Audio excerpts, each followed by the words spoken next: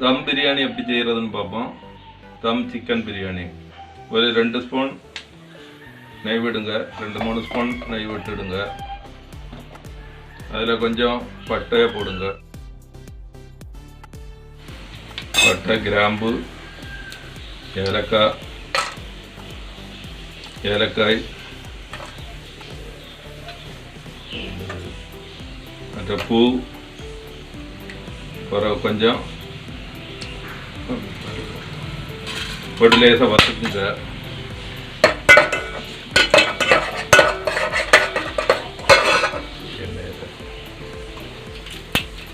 அதில் கொஞ்சம் இந்த மசாலா எல்லாம் போட்டுக்கிடுங்க.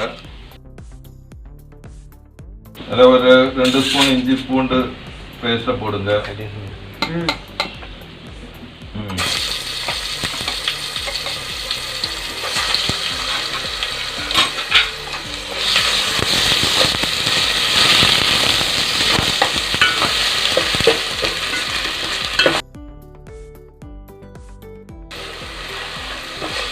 ரெண்டு மூணு இஞ்சி போட்டு பேஸ்ட்டை போட்டுக்கிட்டு நல்லா கொஞ்சம் வசக்குங்க. ஒரு பாதி வசங்கினோன்னா அதில் பச்சை மிளகு போட்டுடுங்க. பச்சை மிளகு ஒரு 5-6 நல்ல மிளகு, கொஞ்சம் நல்ல மிளகும் போட்டுடுங்க. பச்சை வாடை போனோடனே அதில் ஒரு இப்போ நம்ம 3 கிளாஸ் அரிசி எடுத்துருக்கோம்.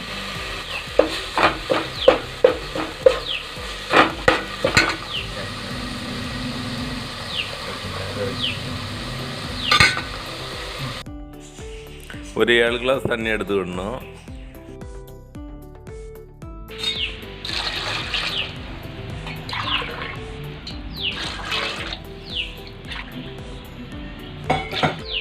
இது ஒரு 7 கிளாஸ் தண்ணி விடுங்க. 3 கிளாஸ் அரிசிக்கு 7 கிளாஸ் தண்ணி எடுத்துக்கிடுங்க. இதில் தேவையான அளவு உப்பை போட்டுடுங்க. இந்த தண்ணியில் உப்பை பார்த்து டேஸ்ட் பண்ணிவிடுங்க. லைட்டாக கொஞ்சம் கூட்டு நிற்கணும், அப்போ வந்துட்டு சோத்துக்கு கரெக்டாக இருக்கும். இன்னும் நல்லா கொதிக்கட்டு. இப்போ தண்ணி கொதிச்சிடுச்சு. இதில் வந்துக்கிட்டு நம்ம அந்த 3 கிளாஸ் அரிசி எடுத்து வச்சுருக்குறோம். அந்த 3 கிளாஸ் அரிசியும் இதில் போடுவோம். பிரியாணி அரிசி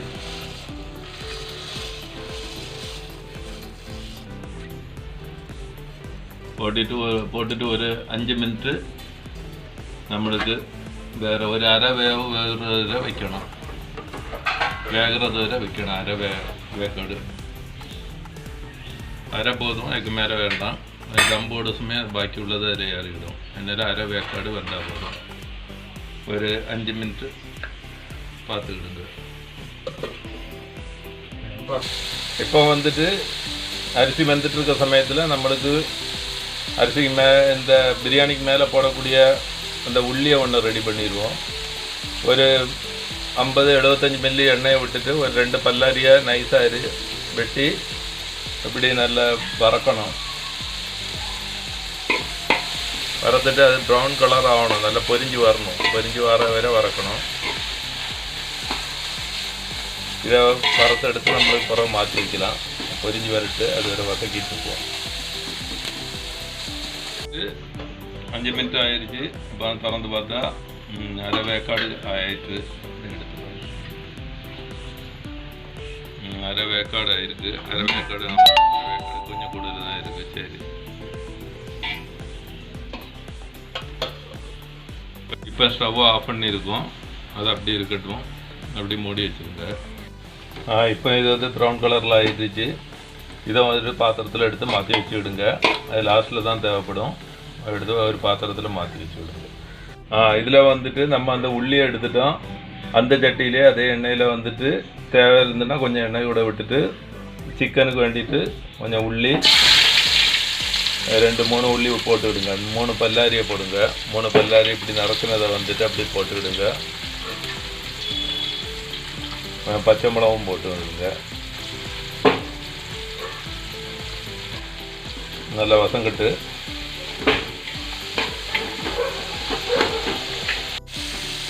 இதில் கொஞ்சம் ஒரு 2 ஸ்பூன் உப்பை போட்டு விடுங்க. தேவைக்கு உப்பை போடுங்க.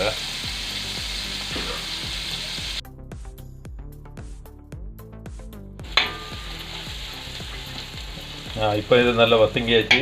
இதில் வந்துட்டு ஒரு 2 ஸ்பூன் இஞ்சி பூண்டு பேஸ்ட்டை போடுங்க.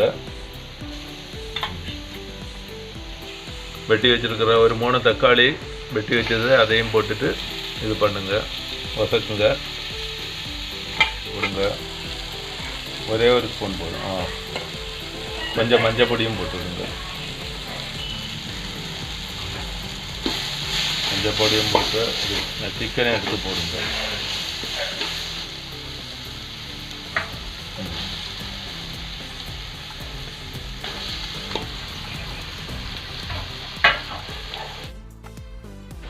இதில் ஒரு 2 கரண்டி கரம் மசாலா பொடியை போடுங்க.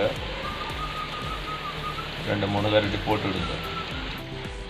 இறக்கி விட்டுட்டு ஒரு சின்ன கிளாஸில் ஒரு கிளாஸ் தண்ணியை விட்டுவிடுங்க. தண்ணியை விட்டு வேக வைக்க விடுங்க. ஒரு 200 மில்லி கணக்கில் வச்சுவிடுங்க.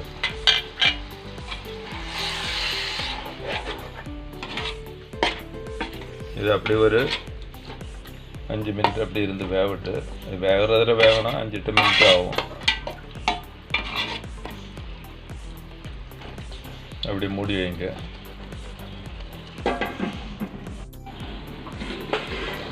இப்போ வந்துட்டு சிக்கன் இன்னும் லைட்டான மறுத்து போடுவோம்.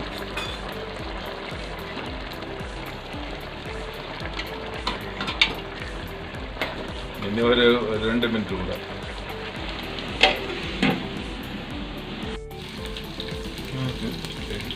இனி அதை ஓப்பன் பண்ணிடுங்க. ஓப்பன் பண்ணிட்டு நம்ம செய்து வைக்கிற சோறாய்க்கு மேலே அப்படியே எடுத்து போடுங்க. எல்லா இடத்துலையும் சிஎஸ்எம்மில் வச்சுடுங்க. தட்டுங்க, நேரமே வச்சுருக்க சோறை அப்படியே தட்டுங்க. அப்படியே அதை பருத்தி விடுங்க. அப்படி ஃபுல்லாட்டு பருத்தி விட்டுட்டு தீயை ஆஃப் பண்ணிடுங்க. இனி தான் தம் போட போகிறோம்.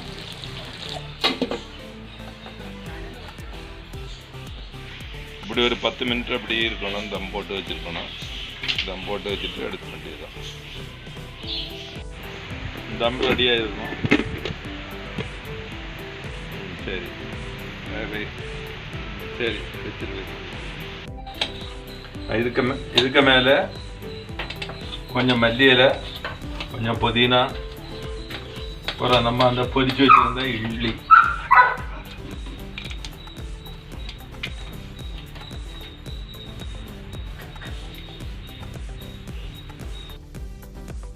இதில் ஒரு 100 மில்லி நெய் விடுங்க. அண்டி பருப்பு ஃபஸ்ட்டில் போடுங்க.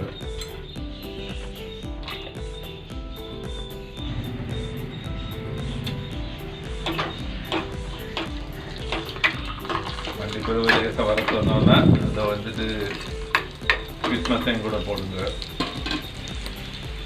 கிறிஸ்மஸ் வளத்தையும் போடுங்க.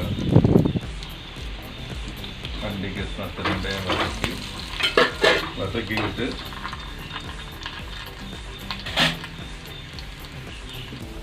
மிக மேலே விடுங்க. எல்லா இடத்துலையும் அப்படி விட்டுருந்து நெய் எவ்வளோ விடுவோமோ அவ்வளோ நல்லா இருக்கும். அதையும் பார்த்துக்கணும். இப்போ தம் பிரியாணி ரெடி ஆயிடுச்சு.